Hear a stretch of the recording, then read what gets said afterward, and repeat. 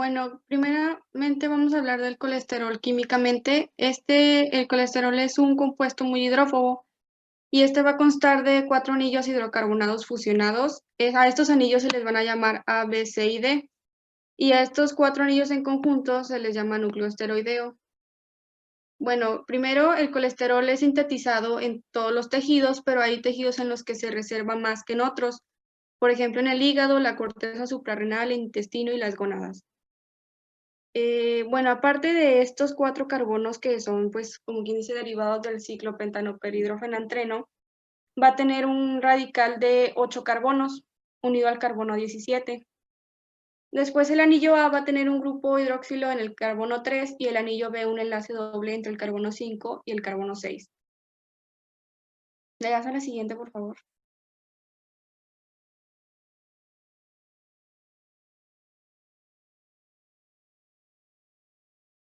Bueno, hay 2 tipos de colesterol, o sea, 2 formas de obtenerlo. La primera es que puede ser exógeno, que es cuando llega en la dieta, y normalmente el colesterol exógeno, cuando llega en la dieta, llega esterificado.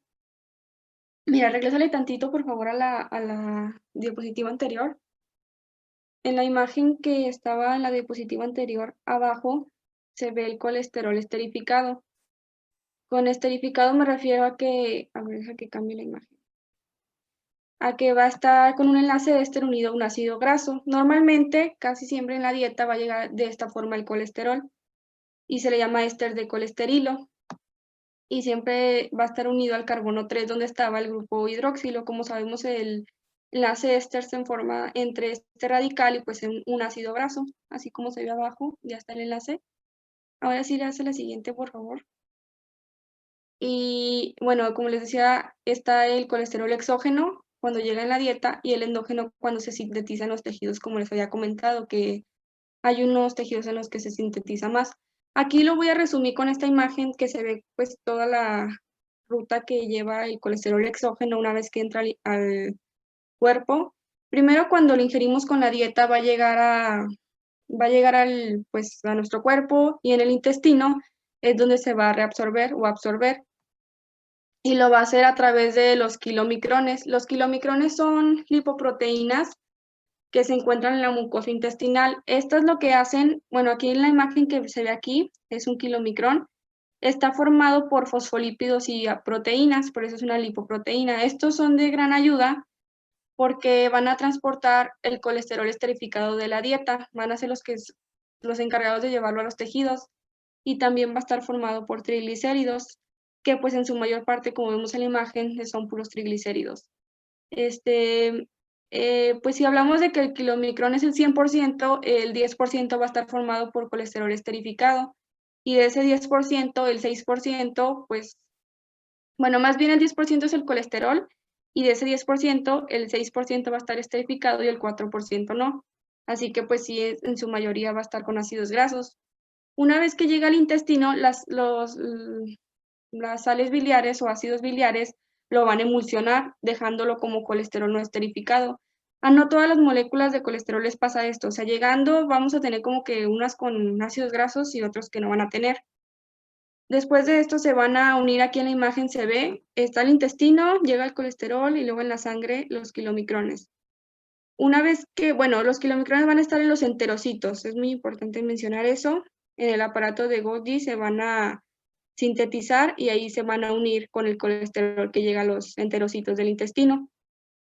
Aquí, como mencionamos, si en la mayoría de los casos los ácidos biliares lo van a emulsionar y lo van a dejar como colesterol libre. Entonces, una vez que se une al kilomicrón, en la sangre va a viajar hacia los tejidos, aquí como se ve en el segundo cuadro de la imagen. Y aquí, bueno, va a pasar una serie de reacciones que no son muy importantes en este tema, por lo que los triglicéridos pues van a seguir otro trayecto, otro camino, otra ruta metabólica, y va a quedar un remanente de kilomicrón, así se le llama cuando pues queda puro colesterol, y se va después a entrar al hepatocito. Bueno, aquí pues son varios tejidos, los hormonales, los periféricos, pero vamos a hablar pues del hepatocito porque es donde más llega el colesterol.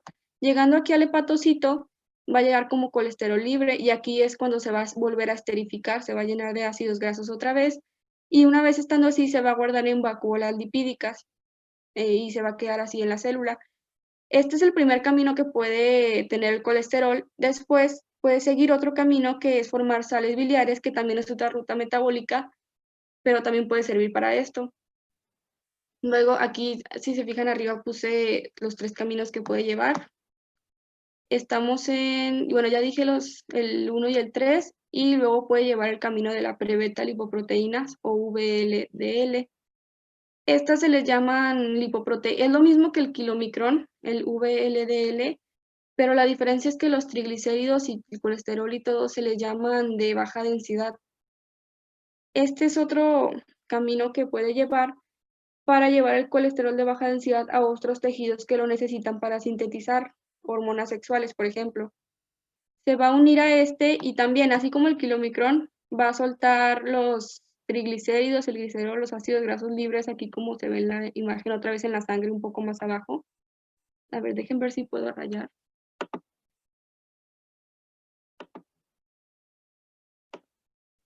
Aquí voy en esta parte en que ya estamos aquí en la célula y va a unirse a estas lipoproteínas de baja densidad, va a liberar los ácidos grasos libres, el glicerol, por hidrólisis, y estos pues van a ser utilizados y transportados por albúmina, pero pues ese ya es también otro tema. El punto es que nos va a quedar LDL, que ahora sí es puro colesterol de baja densidad, y este se va a unir a los tejidos, ya sea periféricos o de hormonas sexuales, y pues aquí va a ser utilizado para sintetizar otros esteroides. Otro camino, bueno, no es un camino, es una forma de liberar el colesterol de las células, es este que es HDL, que se refiere a colesterol de alta densidad. Lo que va a pasar es que cuando los tejidos estén saturados de colesterol, se van a unir a esta. Haz de cuenta que en esta, estoy aquí, en esta célula, o ya sea de cualquier tejido, van a unirse a la lecitina, que es también un fosfolípido, y le va a dar un ácido graso, lo que va a hacer que el colesterol se esterifique de nuevo para que se pueda unir a esta lipoproteína de alta densidad y va a ser eliminado de la célula. Aquí va a seguir también su camino y va a estar en la sangre, que ahí es cuando se empieza a acumular en la sangre. A ver, le das a la siguiente, por favor. Bueno, creo que esto ya sería todo de lo que como es utilizado el colesterol exógeno que viene de la dieta. Y en la siguiente diapositiva, ¿le puedes dar a la siguiente, por favor?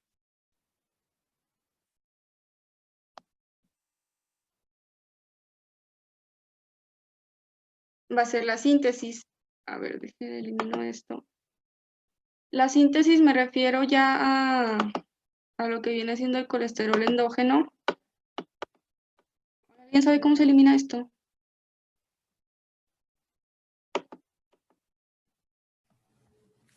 Hay un botecito donde dice borrar. Ah, ya pude, gracias. Y no. Bueno, de la síntesis lo reduje un poco porque la verdad es que esta ruta metabólica, o la formación del colesterol es un proceso muy largo y tiene muchas reacciones. En las reacciones que yo les puse, hay como, incluso llegué a leer que en una reacción que puse, hay 19 reacciones dentro de esa, entonces pues aquí está un poco sintetizado. Bueno, primero se van a necesitar aquí en la primera imagen, se van a estar 2 moléculas de acetilcoenzima A, se van a condensar. Por condensar me refiero a que se van a unir por una enzima tiolasa. Después de que se unan estas, también déjenme rayar. Después de que se unan estas moléculas, van a liberar coenzima A para únicamente nada más tener pues, una molécula de coenzima A y nos va a formar el acetoacetilcoenzima A. Luego después aquí se va a necesitar otra molécula, una tercera molécula de acetilcoenzima A, si se fijan es la misma que las primeras dos, también con liberación de coenzima A, para que no nada más tengamos una molécula de coenzima A aquí en esta. Y nos va a formar 3-hidroxi-3-metilglutarilcoenzima A o HMG coenzima A. Aquí si se fijan, conforme vamos agregando moléculas, nos va a quedar 6 carbonos. Bueno, este es el primer paso que se necesita para formar colesterol. Y una vez teniendo este compuesto, pasamos a la siguiente imagen, que viene siendo aquí, pues está el nombre abreviado. seguimos teniendo los mismos 6 carbonos y ahora aquí lo que va a pasar es que se va a reducir, va a llegar esta molécula de NADH y pues nos va a dar 2 ya sin su hidrógeno, lo va a reducir y nos va a liberar otra coenzima A y nos va a formar el mevalonato. Esta reacción, la formación del mevalonato, es la más importante, es la que digamos que se inhibe. Esta enzima es la que normalmente se inhibe cuando ya hay exceso de colesterol en las células para que ya no se sintetice. Entonces esta es como que la que define el camino metabólico del colesterol.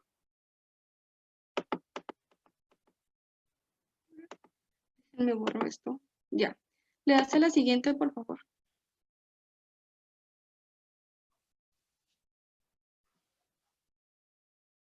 Bueno, ahora aquí ya tenemos más reacciones. Como les decía, nos habíamos quedado en el mevalonato de 6 carbonos que se nos había formado. Luego, a ver, va a pasar 2 reacciones consecutivas en las que va a llegar ATP y va a salir ADP, o sea, se va a fosforilar, y nos va a dar el ácido 5-pirofosfomevalónico con 2 grupos fosfato, y también vamos a seguir teniendo 6 carbonos. Después se va a descarboxilar, vamos a perder un carbono con esta descarboxilación, y de igual manera va a llegar un ATP y va a salir un ADP. Pero digamos que para seguir teniendo 2 fosfatos, también vuelve a salir otro fosfato. Como les decía, estas no son como que ocurren así al mismo tiempo, sino que hay reacciones intermedias entre cada uno. Y el próximo compuesto que se forma es el isopentil pirofosfato o IPP, que ya como por la descarboxilación anterior nos va a quedar 5 carbonos. Después, déjenme anotar. Por la enzima isomerasa, o sea, se van a reacomodar sus átomos, nos va a dar su isómero, que es dimetilalil pirofosfato o DPP, también de 5 carbonos. Aquí en las próximas reacciones que van a suceder va a ser pura condensación en su mayoría, o sea, se van a unir más moléculas iguales. Por ejemplo, aquí vamos a tener el dimetilalil pirofosfato y te va a unir un IPP, o sea, un isopentil pirofosfato, o sea, su isómero. Aunque ya, no sé, ya se haya convertido en su isómero, se va a volver a añadir otro, pero va a salir su molécula de pirofosfato, que son estos 2 fosfatos, para que en todos los compuestos pues sigamos teniendo los mismos 2 fosfatos. Después, por la enzima transferasa y añadir este compuesto de IPP, nos va a dar el geranil pirofosfato. Si se fijan, como ya unimos 2 isómeros, nos van a quedar 10 carbonos. Miren, aquí está la anotación de que el pirofosfato se libera en cada una de estas 4 etapas de condensación, o sea, de unión de moléculas. Después del geranil pirofosfato, también se va a añadir otro IPP o isopentil pirofosfato de 5 carbonos, por lo que nos va a quedar el siguiente compuesto de 15 carbonos. También va a ser una enzima transferasa y se va a liberar el pirofosfato para que en el siguiente compuesto sigamos teniendo 2 fosfatos. El siguiente compuesto va a ser el farnesil pirofosfato o FPP. Aquí también van a pasar una serie de reacciones. Por ejemplo, no sé si se fijan que aquí el escualeno, que es el próximo, va a tener 30 carbonos, por lo que aquí va a haber una condensación. Se va a añadir otra molécula igual que esta para tener el próximo 30 carbonos. Y también aquí va a ocurrir una reducción. Y ahora los 2 fosfatos que teníamos en todos los compuestos se va a liberar y nos va a quedar el escualeno. Después aquí van a pasar también una serie de reacciones que pues son bastantes, pero las enzimas van a necesitar pues NADH y oxígeno, agua. Bueno, oxígeno, nos van a liberar agua para darnos el anosterol, que pues ya es el penúltimo paso. Aquí, si se fijan, ya la molécula es más parecida al colesterol. Y luego aquí va a pasar pues que, por ejemplo, aquí se va a eliminar los grupos metil del carbono 4 para que aquí ya no tengamos esos 2 grupos metil. También este carbono que está en el 8, este enlace doble que está en el carbono 8 va a pasar al carbono 5 aquí, y el enlace que tenemos acá arribita se va a reducir, o sea, se va a eliminar y aquí ya no lo vamos a tener para que ya nos quede el colesterol. Bueno, ya de esto sería la síntesis así resumida del colesterol endógeno, o sea que se produce en los tejidos. Y ya sería todo por mi parte. Dejen borro todo esto que rayé. Ya, listo.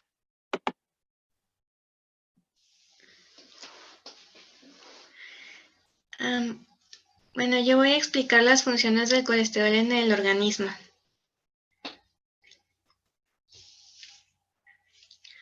Una de sus funciones es estructural. El colesterol es el tercer lípido con más importancia cualitativa en las membranas de las células animales. Este es el que contribuye al mantenimiento de la fluidez de la membrana y el que establece las interacciones con ciertas proteínas que regulan sus actividades. La que sigue, por favor.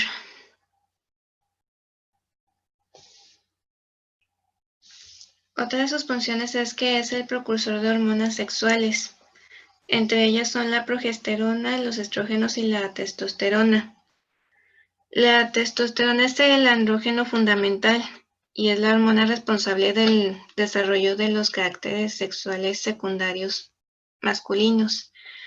Y los estrógenos, el estradiol es el más importante y se asocia con el desarrollo de los caracteres sexuales secundarios femeninos. El estradiol es el que actúa conjuntamente con la progesterona porque es indispensable para los ciclos ováricos normales. El que sigue, por favor.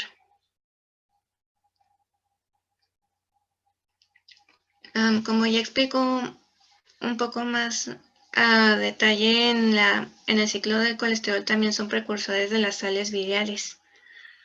Las sales biliares son moléculas anfipáticas. Esto quiere decir que contienen una región polar y una región apolar en la estructura de su molécula. Y sus propiedades físico-químicas actúan como detergentes muy efectivos. Al igual que el colesterol, las sales biliares se sintetizan en el hígado y se acumulan en la vesícula biliar. Estas se van a segregar al intestino delgado y van a funcionar para degradar las grasas de los alimentos. Esto es fundamental para que los nutrientes puedan ser absorbidos.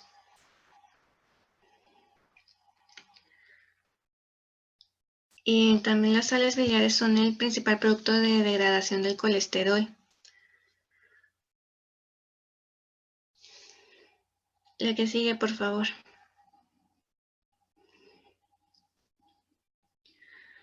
También son precursores de las hormonas corticosteroidales, como la aldosterona y el colesterol. Y el cortisol, perdón, estoy nerviosa. El cortisol es trascendente en efectos metabólicos, ya que promueve la glucogénesis y la gluconeogénesis. También activa la degradación de las grasas. Y también ejerce acciones antiinflamatorias. Y este es el que acondiciona el metabolismo en condiciones de estrés crónico. Mientras que la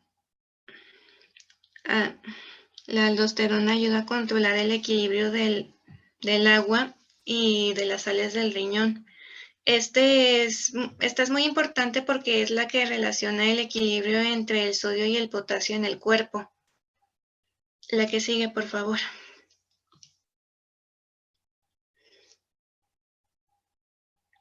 Y también es impulsor de la vitamina D.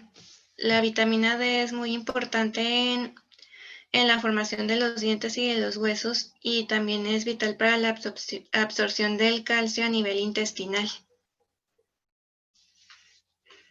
Estas serían las funciones más importantes del colesterol en el organismo.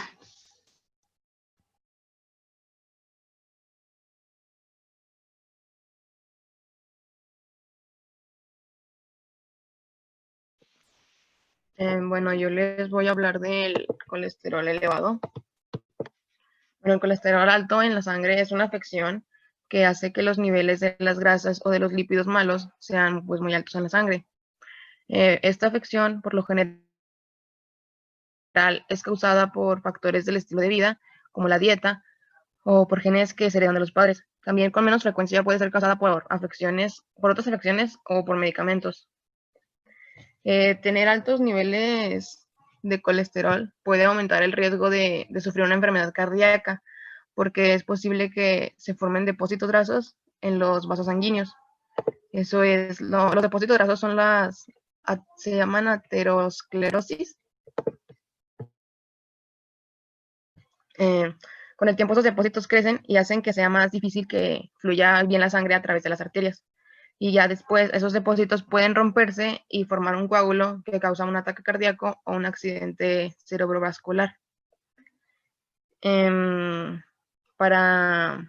se puede evitar llevando una dieta saludable, haciendo ejercicio con regularidad y tomando medicamentos que ayuden a reducirlo. Le das a la siguiente.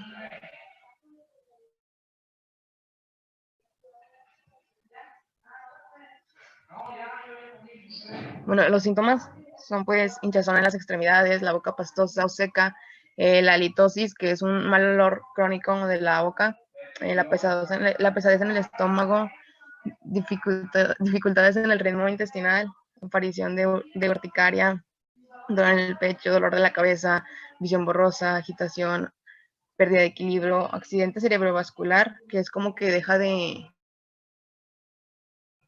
entrar oxígeno al cerebro, y pues ataque al corazón. Le das.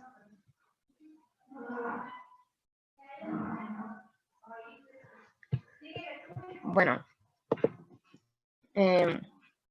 los niveles de colesterol, el HDL, pues ya habíamos dicho que era el colesterol bueno, y ese se encarga de recoger el colesterol de las arterias y llevarlo al hígado, donde se va a eliminar o se va a reutilizar.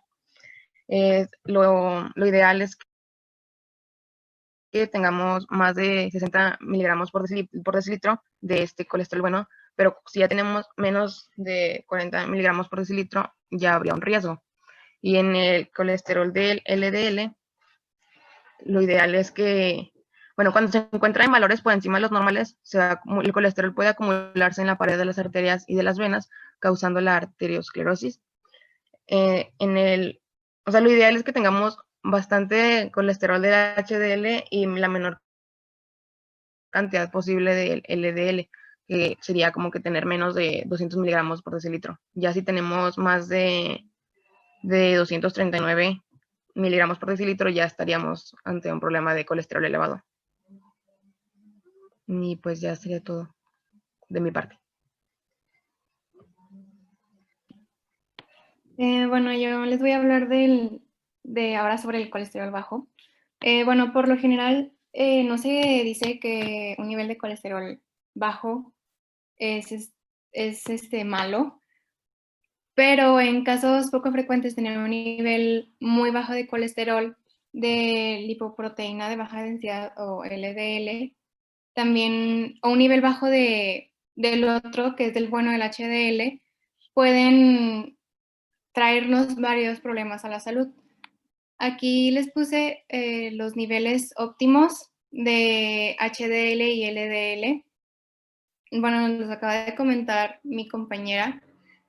Y se considera que en ambos, si está menor de 40 miligramos por decilitro de sangre, ya tendríamos un colesterol bastante bajo.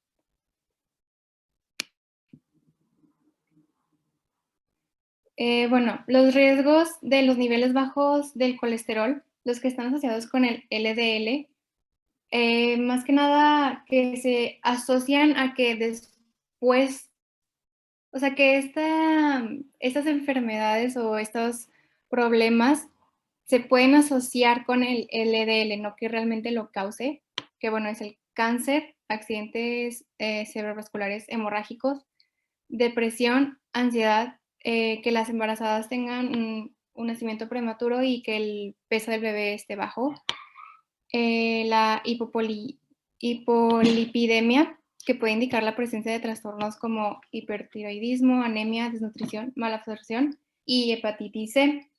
Y cuando tenemos niveles bajos de HDL, también nos puede, tenemos el aumento, el riesgo de la aterosclerosis aumenta también porque, bueno,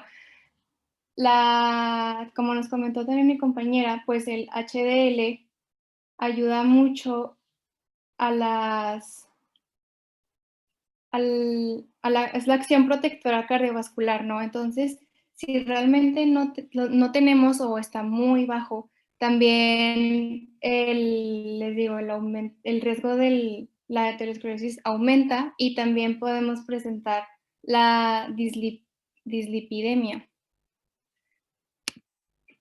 Y bueno, las recomendaciones para tener niveles óptimos de colesterol HDL y LDL, que bueno, se nos recomienda tener altos niveles de HDL y menores de LDL, es pues tener una dieta saludable, reducción del peso corporal, suspensión del hábito tabáquico, realización de ejercicio aeróbico y también evitar medicamentos que reduzcan el colesterol bueno, que son los bloqueadores B adrenérgicos, los progestágenos, los corticoides y anabólicos.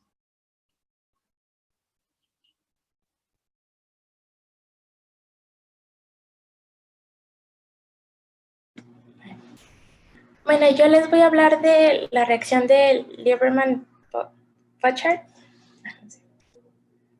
¿Le das a la siguiente, por favor?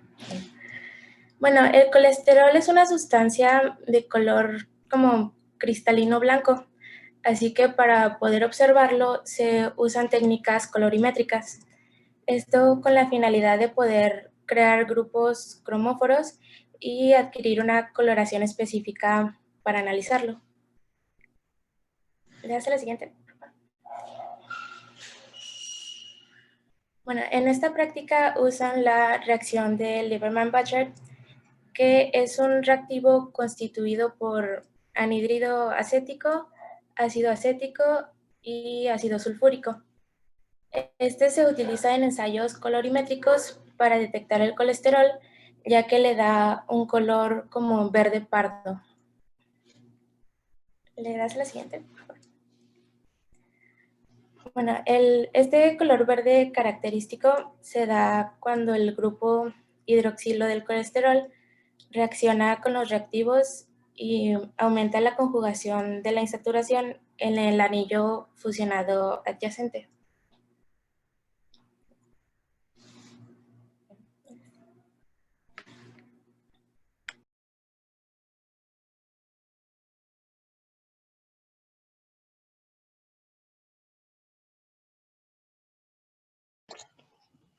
Bueno, yo le voy a hablar sobre la parte experimental.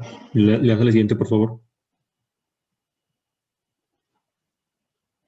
Bueno, la parte experimental en esta práctica se va a realizar la obtención de suero sanguíneo, ¿no? Por lo primero hay que extraer 2 mililitros de sangre y estos 2 mililitros ponerlos en un tubo de ensayo limpio y llevarlos a la centrifugadora para que se centrifugue. Con una pipeta Pasteur hay que separar el suero del paquete globular, que ya se había quedado al fondo del tubo, y este suero hay que colocarlo en un tubo de ensayo limpio. La siguiente, por favor. Luego hay que etiquetar 3 tubos de ensayo, que estos van a tener nombres como blanco, estándar y problema. Y en cada uno el estándar va a tener 100 microlitros de la solución estándar, el problema, que es el suero sanguíneo, 100 microlitros, y cada tubo de ensayo va a tener 5 mililitros del reactivo de color. Después hay que agitar fuertemente, una vez que se agrega los reactivos de color a cada uno de los tubos, y estos hay que incubarlos a 37 grados por 10 minutos. La siguiente, por favor. Bueno, ya por último, tenemos que leer en un espectrofotómetro que mide la intensidad de luz a una longitud de onda de 625 nanómetros. Y esto hay que ajustarlo a 0 de absorbancia con el blanco reactivo. Ya Ya después, realizando esto, hay que leer la absorbancia del estándar y del problema, y a su vez realizar los cálculos. Lo siguiente, por favor. Bueno, yo les voy a hablar de cómo hacer los cálculos respecto a lo que es esta práctica. Esto se va a guiar únicamente por esta fórmula que consiste en la absorbancia de la solución problema entre la absorbancia de la solución estándar, y ya el resultado de esta división lo vamos a multiplicar por 200. En este caso, tomando los datos de lo que son los datos de la tabla anterior, que era 100 unidades sobre 100 unidades, y luego pues se divide y se multiplica por los 200, esto nos va a dar igual a 200, que van a ser los valores normales, más que nada de colesterol. Y sería todo.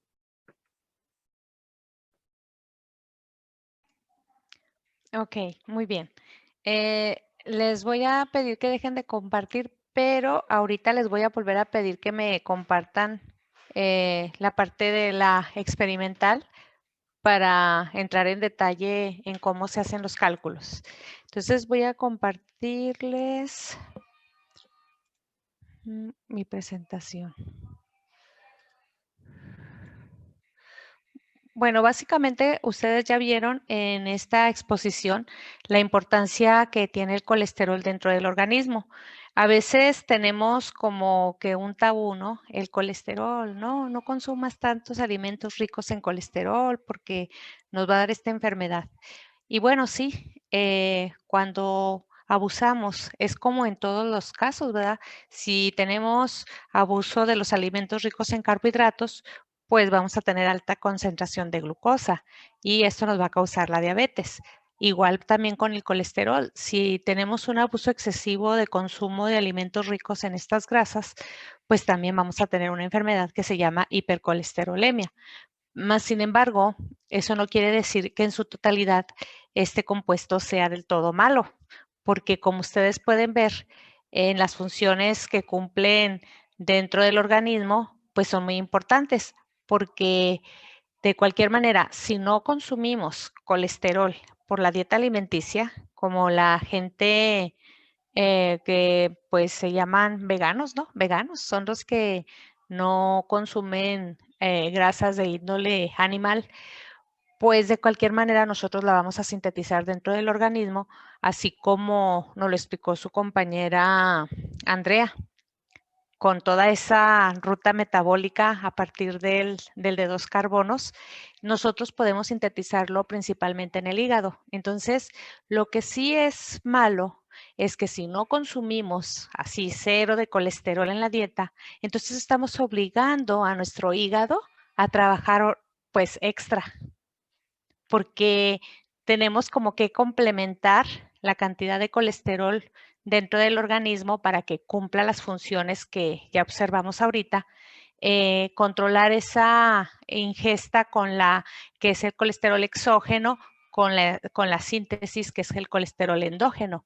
Entonces, si tú no consumes nada de colesterol, entonces tu hígado va a estar trabaje y trabaje sintetizando con todas esas reacciones. Ya vieron qué compleja y qué gasto de energía para poder sintetizar colesterol.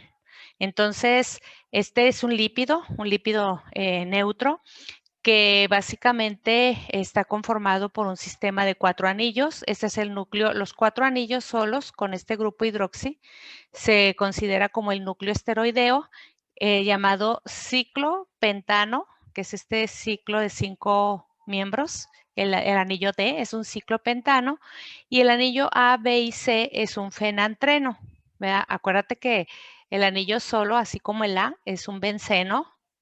Cuando unimos 2 bencenos a la par, formamos un naftaleno. Y cuando unimos 3 anillos, 2 a la par y otro benceno arriba, se llama fenantreno.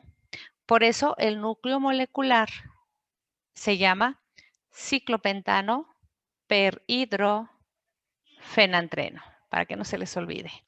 Toda molécula esteroidea va a tener ese núcleo molecular, no solamente el colesterol. También tenemos otros esteroides. Por ejemplo, ¿cuáles?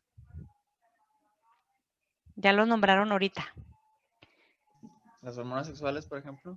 Las hormonas sexuales, por ejemplo, los andrógenos, los estrógenos. ¿Qué más?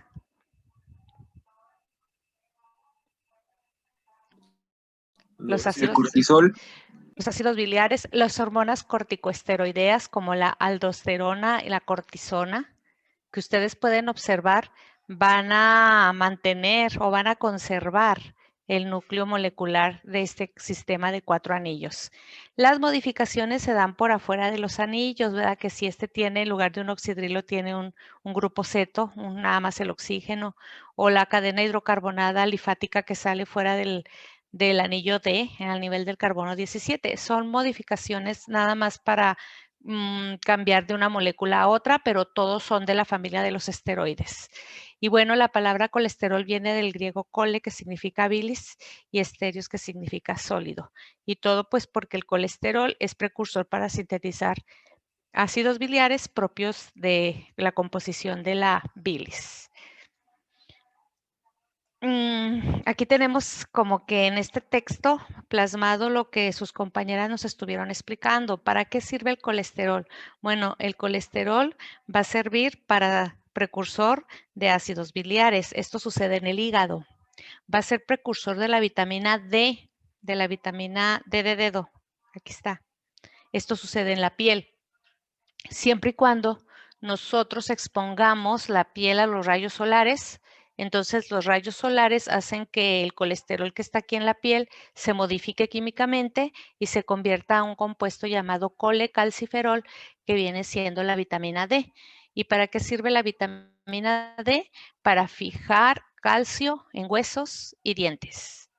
Y vamos a ver que en las glándulas suprarrenales el colesterol es precursor de las hormonas corticosteroideas. Las hormonas corticosteroideas, como ya lo mencionaron en la presentación, pueden ser las corticosteroideas como los cortisoles, la hidrocortisona, o las mineralocorticoides como son la aldosterona. Son los dos tipos de hormonas esteroideas de glándula suprarrenal. También en glándulas de las gónadas, ya saben, gónadas masculinas son testículos, gónadas femeninas son los ovarios, y allí en esas glándulas de las gónadas el colesterol es precursor para las hormonas que van a dar los caracteres secundarios, ya sea masculinos o femeninos.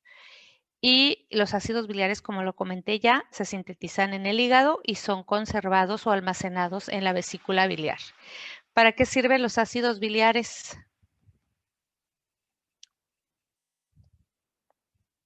Para degradar lípidos, ¿no? Bueno, grasas, sí. Sí. Así como lo mencionaron sus compañeros en la presentación, la vesícula biliar tiene un conducto hacia el intestino delgado, específicamente en la primera porción, que es el duodeno. Ese conducto que va de la vesícula biliar al duodeno se llama conducto colédoco. Por allí va a viajar la bilis, toda la bilis, no nomás los ácidos biliares, ¿verdad? Sino toda la bilis hacia el duodeno, siempre y cuando al duodeno lleguen los alimentos que consumimos en la dieta. Una vez que llegan los lípidos de la dieta al duodeno, entonces la vesícula biliar hace vaciamiento hacia el duodeno y emulsifican a los lípidos. Esto es porque los lípidos son insolubles en los tractos acuosos y el tracto digestivo pues es meramente acuoso. Entonces, para que se vuelvan un poquito solubles y las enzimas digestivas puedan actuar sobre los lípidos, es necesario emulsificarlos. Es decir, aumentar la solubilidad de los lípidos en un torrente acuoso. Entonces, la bilis, los ácidos biliares, son los que nos van a ayudar a hacer este tipo de emulsificación para que los lípidos se tornen más solubles en el tracto digestivo. Entonces, podemos ver que el colesterol, pues es importante. Por eso, sí es importante que tengamos cantidades adecuadas dentro de nuestro cuerpo para que pueda cumplir con todas esas funciones biológicas. Y ya sabemos que lo vamos a sintetizar a partir de una molécula pequeña de 2 carbonos, como nos lo explicaron muy acertadamente en la síntesis, que es el molécula llamada acetilcoenzima A. A partir de esta molécula pequeña de 2 carbonos, vamos a sintetizar todo esto de 27 carbonos, que es el colesterol, y lo vamos a utilizar en todas estas funciones como ya lo mencionamos. Bueno, en la práctica nosotros hacemos una reacción que se conoce como la reacción de Lieberman-Burchard, que es esta, Lieberman-Burchard, y es una reacción que primero se prepara un reactivo de color. Este se llama reactivo de color porque cuando hace contacto con el colesterol se va a tornar de un color verde pardo. Por eso se llama reactivo de color. Pero originalmente el reactivo no tiene color, debe de ser transparente. Este reactivo se sintetiza en base a mezclar 3 reactivos químicos. Los reactivos químicos que pues precisamente forman parte del reactivo de color para la reacción de Lieberman-Burchard es ácido acético, es el ácido sulfúrico, como viene aquí, y el anhídrido acético. Aquí nada más viene mencionado el anhídrido acético, el ácido sulfúrico como reactivos. Pero aparte del anhídrido acético, hay ácido acético. Son 3 componentes: ácido acético, anhídrido acético y ácido sulfúrico. Y bueno, pues aquí también está explicada el fundamento de la reacción. Como les digo, al mezclar estos 3 reactivos vamos a tener una solución transparente, no colorida. Pero cuando ese reactivo hace contacto con el colesterol, entonces es cuando se hace una reacción de color.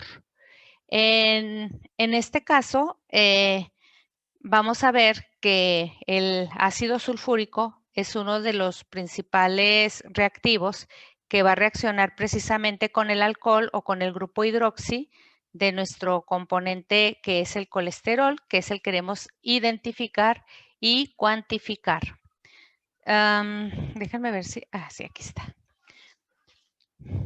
Estos podemos, aquí podemos como que simplificar la reacción del fundamento a cuando hace reacción nuestro reactivo de color con el colesterol presente en nuestras muestras. Es una deshidratación y luego una oxidación. Y realmente el que va a presentar el color es el ácido colestahexen sulfónico, que es el que se le va a añadir el grupo pues azufre sulfúrico del ácido sulfúrico que viene en el reactivo de color. Entonces, la deshidratación, a partir del colesterol que vamos a eliminar agua, por eso se llama deshidratación, se va a convertir a 3,5-colestadieno y luego ese se va a oxidar, convirtiéndose en ácido colestahexen sulfónico. Este es el que nos va a dar la tonalidad verde. Aquí tenemos pues las reacciones de deshidratación, aquí tenemos la eliminación de agua y aquí tenemos el colestadieno, que es y luego la oxidación al agregar el grupo sulfato del reactivo y finalmente vamos a tener el ácido colestahexen, se llamaba en el anterior, o aquí ya le ponen sulfónico, que es el cromóforo. Cromóforo quiere decir cromo, color, es el reactivo colorante. Entonces, ustedes pueden observar nada más que este pequeño oxidrilo del carbono 3 fue el que se le agregó el sulfato del ácido sulfúrico que trae nuestro reactivo de colesterol. Aquí tengo arriba el nombre ácido colestahexaeno sulfónico, que viene siendo que es el cromóforo que vamos a leer en el espectrofotómetro. Entonces, bueno, le voy a pedir al equipo que me comparta su presentación en la parte de la metodología para poder explicarles un poquito a las personas que no han utilizado el espectrofotómetro. Algunos de ustedes a lo mejor ya lo conocen porque en prepa, que hicieron prepa técnica de laboratoristas, pues sí saben usarlo, pero hay otras personas que no, entonces les voy a indicar. Bueno, desde aquí está muy bien. Bueno, primero, para poder cuantificar el colesterol en un paciente, primero debemos de extraerle una muestra de sangre, así como bien aprendimos en la práctica 1, si se acuerdan. No la practicamos, pero supongo que la técnica quedó entendida. Sí. Sí, Ramón, sí. Bueno, obtenemos aproximadamente de 2 a 3 mililitros de una muestra sanguínea y luego de la sangre total, nosotros nada más vamos a utilizar el puro suero sanguíneo. Entonces, ustedes pueden observar el tubo de ensayo después del brazo que está extendido. Ahí está toda la sangre tal cual, la sacamos con la jeringa. Luego se centrifuga. Generalmente centrifugamos a 5,000 revoluciones por minuto por espacio de unos 5 o 6 minutitos y ya tenemos formado, como ven en la imagen de su izquierda, abajo pues todo lo que son las células como eritrocitos, por eso se ve muy rojo, es el coágulo sanguíneo. Arriba del coágulo sanguíneo hay como una capita blanca que son los leucocitos y luego ya el plasma, ¿verdad? Entonces, lo que nosotros vamos a querer es el puro suero sanguíneo y que tenemos del lado derecho, el amarillo y la parte del coágulo se elimina. Esa no la necesitamos para el análisis. Posteriormente, ya separando el suero, vamos a tener, ¿me das la siguiente diapositiva? Vamos a tener 3 tubos de ensayo. El blanco es un tubo de ensayo que no va a tener colesterol, por eso se llama blanco. Únicamente va a tener el reactivo de color que ya les dije que estaba formado por esos 3 compuestos. Anhídrido acético, ácido acético y ácido sulfúrico se mezclan y ese es mi reactivo. A cada tubo de ensayo, al blanco, al estándar y al problema, se le pone reactivo a todos parejos la misma cantidad, 5 mililitros. Bueno, al tubo blanco, como su nombre lo dice, no va nada, ni estándar de colesterol, ni suero sanguíneo problema. Nada más el reactivo de color. Como lo pueden ver en la primera columna, solamente tiene 5 mililitros de reactivo de color. Luego tenemos un segundo tubo que lo rotulamos como estándar, que se utiliza un reactivo que se llama estándar de colesterol porque es un estándar de concentración conocida y certificada. Es decir, ese no lo venden en un kit para colesterol y es un frasquito que ya tiene cierta cantidad de colesterol. En este caso tiene 200 miligramos por decilitro de colesterol y es como una parte de donde nosotros nos vamos a referir sobre ese estándar para poder calcular qué tanta concentración trae mi muestra problema de mi paciente. Entonces, en el tubo estándar lleva 100 microlitros del estándar de colesterol más 5 mililitros de mi reactivo de color. Y vamos a tener un tercer tubo, que es el problema, en donde le vamos a poner 100 microlitros de mi suero sanguíneo, el que acabo de separar por centrifugación, y 5 mililitros de mi reactivo de trabajo, que es mi reactivo de color. Los incubamos. Esta maquinita que viene aquí a la derecha es como una estufa de incubación, que generalmente siempre está temporizada a 37 grados centígrados, que es la temperatura normal corporal, y dejamos pasar 10 minutos para que se haga la reacción. ¿Qué reacción? Pues las que vimos ahorita en el fundamento, que el colesterol se deshidrate y luego que se una el grupo sulfato y nos dé un color, nos dé un compuesto colorido. ¿Me das el siguiente, por favor? Bueno, esta me pareció interesante porque aquí les muestra cómo trabaja un espectrofotómetro. El espectrofotómetro es un aparato, como lo podemos ver en la imagen izquierda, que se utiliza para medir absorbancias de luz. Por dentro tiene un foquito. Si vemos la imagen de la derecha, vemos la fuente que dice fuente, es una lámpara. Hay algunos espectrofotómetros que utilizan una luz ordinaria, que pueden ver que se propaga a la luz a todas direcciones, pero hay otros espectrofotómetros que tienen fuente de luz ultravioleta o fuente de luz infrarroja. Dependiendo de la longitud de onda que vayamos a utilizar, es el tipo de lámpara que yo voy a usar. Aquí vamos a usar una longitud de 625 nanómetros, por lo tanto, podemos tener una una lámpara normal. Entonces, vamos a tener dentro del espectrofotómetro, pues un monocromador, me da una rendija, para que pues todo el dispersamiento del haz de luz, que pues está como los rayos de una bicicleta, ¿verdad? Podamos nada más dirigirlo en una sola dirección y hacerlo incidir a nuestra muestra.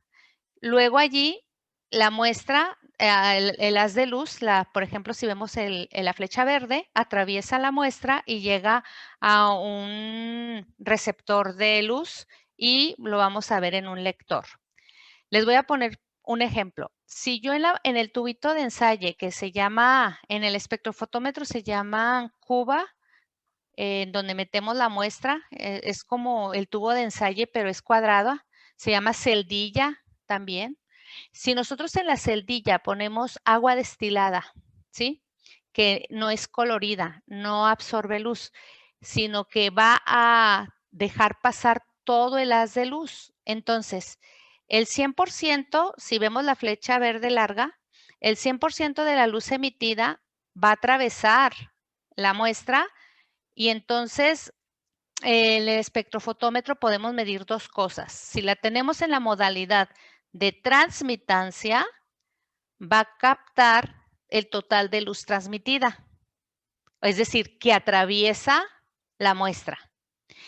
Y si la tenemos en la segunda modalidad, que es la modalidad de absorbancia, entonces el espectrofotómetro va a leer, va a captar la luz retenida por la muestra. O sea, si yo tengo agua destilada, que no hay moléculas que me retengan luz, entonces voy a tener un 100% de transmitancia y un 0% de absorbancia. ¿Ok? ¿Estamos bien hasta aquí? ¿O hay dudas? ¿Todo bien? Ok. ¿Qué pasa si yo en la muestra, en la celdilla, pongo un compuesto colorido que absorba luz? Un compuesto orgánico, no nada más el colesterol, puede ser glucosa, pueden ser proteínas, pueden ser hormonas, pueden ser, no sé, el espectrofotómetro te puede medir cualquier molécula orgánica, dependiendo también de la longitud de onda. Hay una longitud de onda específica para cada molécula orgánica y el tipo de fuente de luz específico para las longitudes de onda. Entonces, si yo pongo una muestra con colesterol, entonces, una muestra colorida, cuando hago incidir mi haz de luz, el verde, 100% está mi muestra, está la luz, pero dentro de mi muestra va a haber moléculas que retengan luz y nada más van a dejar pasar cierta cantidad de luz. Entonces, de mi 100% de luz que yo hago incidir en la muestra, si hay mucho colesterol que me absorba, no sé, el 90% de la luz, entonces solamente me va a transmitir un 10%. Entonces el detector, el lector, me va a decir qué medida de luz está absorbiendo o qué medida de luz está transmitiendo al lector, ¿no? A lo que es el que indica cuánta luz se absorbe o cuánta luz se traspasa a través de la muestra. Entonces, en base a este fundamento de transmitancia o absorbancia, nosotros con el uso del espectrofotómetro podemos medir la cantidad de ese compuesto orgánico. En este caso, pues estamos hablando de colesterol porque estamos usando la longitud de onda, 625 nanómetros, para medir eso. Si yo meto el blanco, de acuerdo a lo que es mi tabla anterior, ¿me la pasas por favor, la tabla anterior? En la primera columna, si yo meto mi tubo blanco al espectro, es para calibrar a 0 de absorbancia o a 100% de transmitancia. Yo trabajo con absorbancias porque como pueden ver en la fórmula, dice lectura de absorbancia de el tubo problema o del tubo estándar. Entonces, yo voy a calibrar mi aparato con el tubo blanco a que me dé un 0 de absorbancia, porque no trae colesterol, solamente trae reactivos. ¿Me das la siguiente donde está el espectro, por favor? Si yo meto mi tubo blanco al espectrofotómetro, hay un botón que dice 0. Entonces, primero, me debo de fijar que está en la longitud de onda indicada, 625 nanómetros. Segundo, le debo de pulsar un botón que dice 0 de absorbancia. Cuando mi aparato me da 0 de absorbancia, ustedes pueden ver la imagen central que ahí dice 0.046. Esa es una lectura de absorbancia. Pero yo al meter mi tubo blanco lo ajusto, le oprimo el 0 y automáticamente ahí en la pantalla digital debe de decir 0.000. Y ya tengo ajustado y calibrado mi aparato con mi reactivo de color. ¿Sí? Con esto hago que las otras muestras que vaya a leer, ya le estoy restando lo que me pudiera retener de luz el puro reactivo de color agregado en todos los tubos en esta técnica. ¿Ok? Luego meto mi tubo en donde dice muestra, en el diagrama que estamos viendo, meto mi tubo número 2, que es mi tubo estándar. Ahora sí voy a medir qué tanta luz me está absorbiendo mis 200 miligramos por decilitro de mi estándar de colesterol. Y entonces ya meto mi tubo al espectro y espero la lectura. No le oprimo a ningún botón y anoto la lectura que aparezca en la pantalla. ¿Sí? Luego saco mi tubo estándar y ahora meto el problema y vuelvo, sin oprimir ningún botón, a anotar mi lectura de absorbancia del problema. ¿Me das la siguiente, por favor? Una vez que ya anotamos la lectura de absorbancia del problema y la lectura de absorbancia del estándar, voy a usar esta fórmula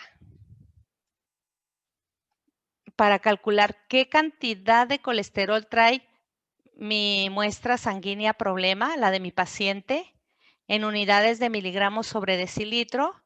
Y entonces solamente pues voy a poner los datos que me dio en mi práctica, en mi labor experimental. Y pongo la lectura de absorbancia del problema, la divido sobre la del estándar y la multiplico por la concentración del estándar. En este caso yo usé un estándar de 200 miligramos. Cabe mencionar que si en la técnica o en el laboratorio donde estoy haciendo esta cuantificación no cuento con un estándar de 200, cuento con un estándar de 100 miligramos o de 150 o de 300, porque hay de diferentes concentraciones. Entonces lo único que hago es multiplicar mi resultado, la de la división, por la concentración del estándar. Ahora si me dejan, por favor, por último,